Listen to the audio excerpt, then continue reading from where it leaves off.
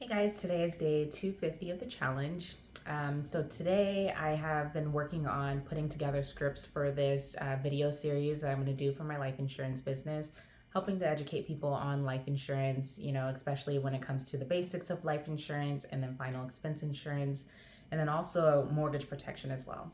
So I got through, I think, two scripts, but I have a lot more that I need to get done because this is going to be, I think so far it'll be about 25 videos total so far, and I'm sure more will come up as time goes on. So putting out those videos is what I'm working on, or at least putting together the scripts, and then probably next week is when I'm gonna go ahead and try to knock out those videos and get it done. Aside from that, I just, I ended up mentioning to you guys how March 1st, I had my referral raffle. And the winner of my raffle, and this is just goes to show why I think it's important for me to kind of mask the identity of my clients. Because something that I had mentioned was the fact that, I'm learning right now. And so there's going to be a lot of changes with the raffle over time and things like that. And so I didn't want to put my client's name out there just because I just didn't feel comfortable doing that. And anyway, so I had mentioned, if you had watched my videos, I had mentioned that I had been so Friday was the first. I had tried to call her, she didn't answer. And then I think I called her again on Saturday, she didn't answer. Then on Monday, while I was in a meeting with the client, on the phone with the client anyway, she called me, but I was already on a call, so I couldn't answer her call. So then probably about 30 minutes later, I was done with that call and I tried to call her back, but she didn't answer. So I'm like, man, we're playing phone tag over here.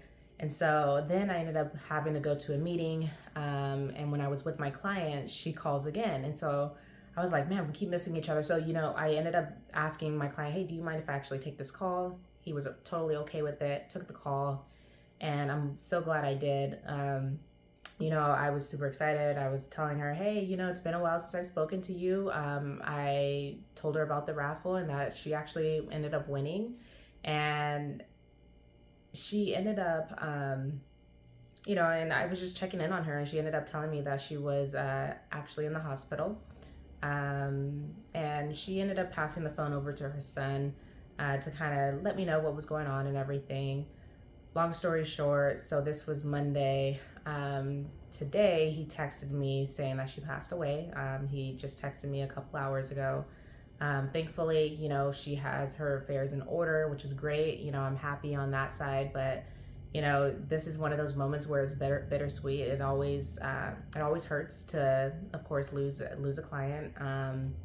But on the other side, the family, at least they're not gonna have to deal with the financial stress that a lot of times people face.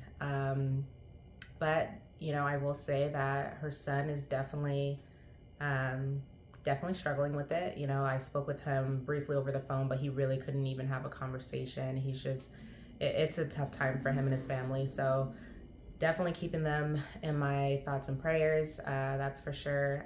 But just a kind of thing to keep in mind, guys, get your affairs in order. I'm not saying that something's going to happen to you soon or anything like that. It's just the fact that it's so much better to be prepared and not need it than not be prepared and need it. I'm just a huge believer in life insurance just because I've just seen it all. And I am very grateful that this is a client that did make the decision to take care of things for her family. So like I said, from a financial standpoint, they're going to be just fine. But obviously no amount of money can ever replace a human life. So anyway, that's it for today, guys.